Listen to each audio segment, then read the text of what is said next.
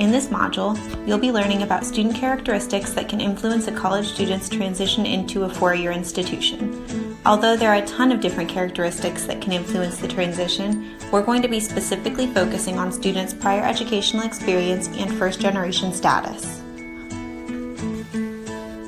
You'll start out by completing a pre-reflection. This pre-reflection is going to ask you to think about how a student's transition might differ based on their prior educational experience.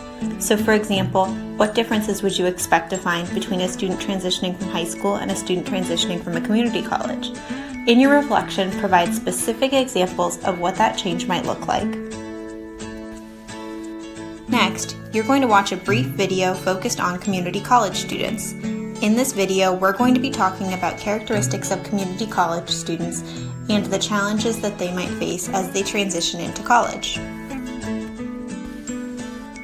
You'll also be watching a video and reading an article focused on first-generation students. First-generation students are students who are the first in their family to receive a four-year bachelor's degree. In this video and article, you're going to hear from a bunch of different first-generation students, and they're going to describe the unique challenges that they face in college. You'll end the module with an assignment. You're going to be reading about John, a student who transferred from a community college to a four-year institution. John is going to ask for your advice on a number of different challenges that he's facing as he makes this transition. Ultimately, our goal for you in this module is to really think about what characteristics and experiences other students might possess that you yourself might not possess that could influence their transition.